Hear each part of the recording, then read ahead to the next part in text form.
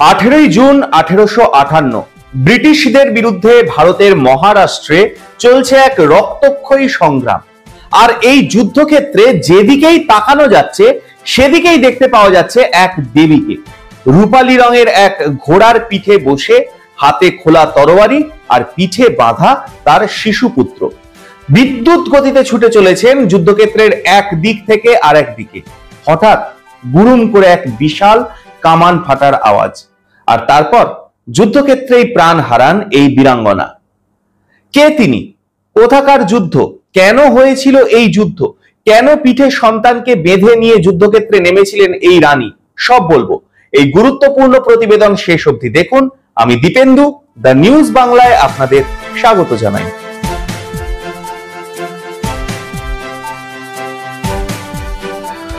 নিশ্চয়ই বুঝে গেছেন কার কথা বলছি। হ্যাঁ, ঠিকই ধরেছেন, ঝাঁসির রানী লক্ষ্মীবাই। তিনি আর কেউ নন, ভারতের অন্যতম বীরাঙ্গনা নারী, বীরাঙ্গনা রানী, ঝাঁসির রানী লক্ষ্মীবাই। 19 নভেম্বর 1828 সালে বারাণসীতে মারাঠি কবাডে ব্রাহ্মণ পরিবারে জন্মায় মণিকর্ণিকা। তার নাম মণিকর্ণিকা তাম্বে, বাবার নাম মরুপাত তাম্বে এবং মাতা ভাগীরথী বাই। ছোটবেলায় এই মণিকর্ণিকা ছোট থেকেই একদম খুব যুদ্ধক্ষেত্র, যুদ্ধ চালনা, অস্ত্র চালনা, তরোয়ার চালানো বা ঘোড়ার পিঠে চেপে ছোটা, এই সমস্ত বিষয়ে মণিকর্ণিকার কিন্তু খুব ঝোঁক ছিল।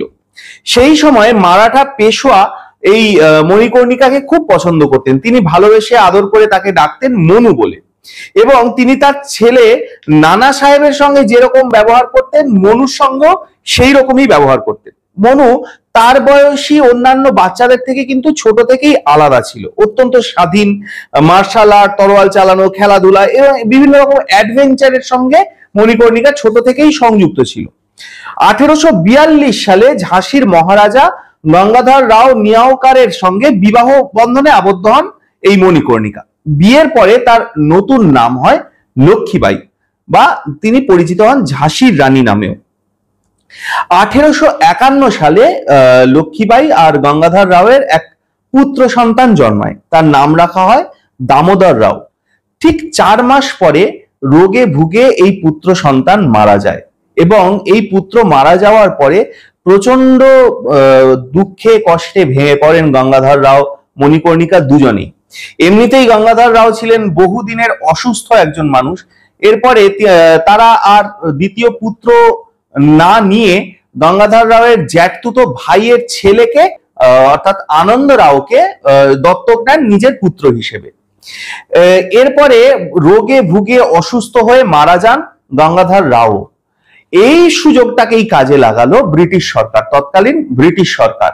ব্রিটিশ সরকারের এই সময় একটা নিয়ম ছিল যে কোনো দেশীয় রাজা যদি উত্তরসূরি না রেখে মারা যান, তখন সেই রাজ্য ব্রিটিশ সরকার দখল করে নেবে, এবং সেই রাজ্যের যে রানী থাকবে তাকে মাসিক একটা ভাতা দেওয়া হবে। কিন্তু ঝাঁসির রানী লক্ষ্মীবাই এই নীতি মেনে নেয়নি। তিনি ব্রিটিশদের সঙ্গে নানান আলোচনায় বসেন, কিন্তু কোনোভাবেই ব্রিটিশ কিন্তু তার যুক্তি মেনে নেননি। ঝাঁসির রানী আনন্দ রাওকে সিংহাসনে বসিয়ে ওই শিশু আনন্দ রাওয়ের হয়ে নিজে রাজ্য শাসন শুরু করেন, কিন্তু তা সত্ত্বেও ব্রিটিশ সরকার কিন্তু রানীর এই যুক্তি মেনে নেয়নি, এবং ব্রিটিশ সরকার জোর করে দখল করার চেষ্টা করে ঝাঁসিকে।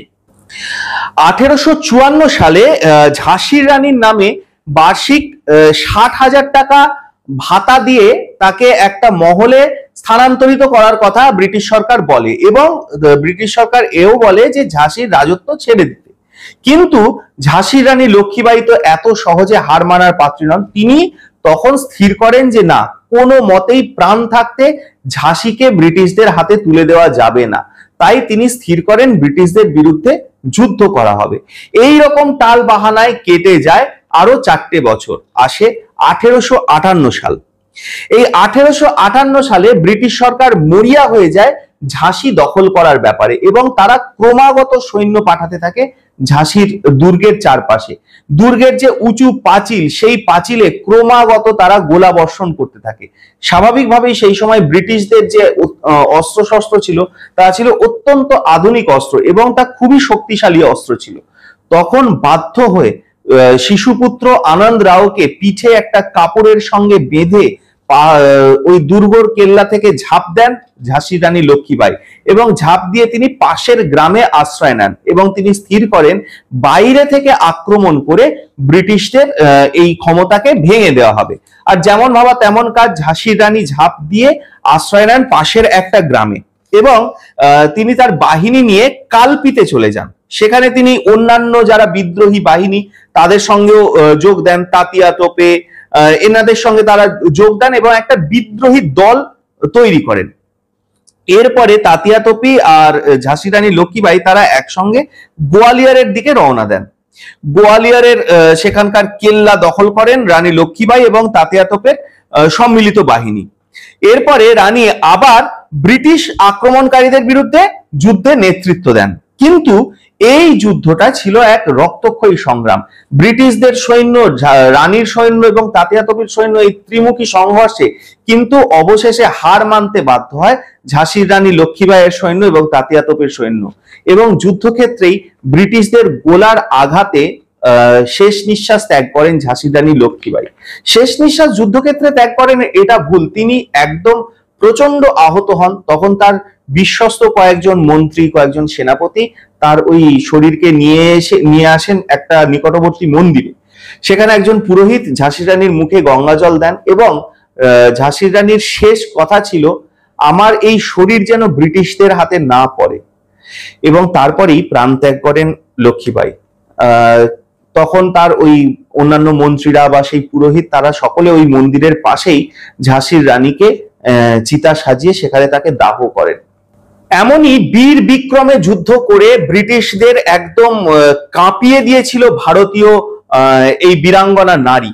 এই নারীর বিষয়ে আমরা ইতিহাসে তো অনেক পড়েছি, কিন্তু এই নারীর যত না বীরত্বের কথা আমরা পড়ি তার থেকে অনেক বেশি আলোচিত হয় কিন্তু আমাদের মুঘল শাসনের কথা, আমাদের সুলতানি আমলের কথা।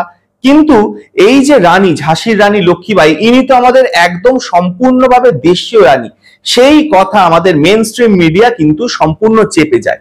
এবং সব থেকে বড় কথা, আজ হলো সেই দিন, সেই 18ই জুন 1858 সালে আজকের দিনেই কিন্তু শেষ নিঃশ্বাস ত্যাগ করেছিলেন ঝাঁসির রানী। অথচ দেখুন কোনো মেন স্ট্রিম মিডিয়াতেও সেই নিয়ে কোনো কথা নেই।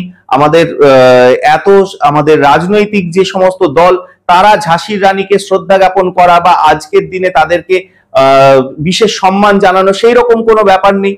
কিন্তু আমরা চেপে রাখবো না, আমরা ইতিহাসের পাতা থেকে খুঁড়ে আনবো এমনই সমস্ত কিছু হারিয়ে যাওয়া তথ্য।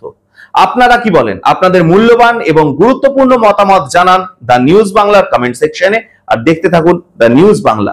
এই ধরনের কোনো খবরই ইতিহাসের পাতায় আমরা হারিয়ে যেতে দেব না, কারণ কোনো ঘটনাই আমরা চেপে রাখতে দেব না।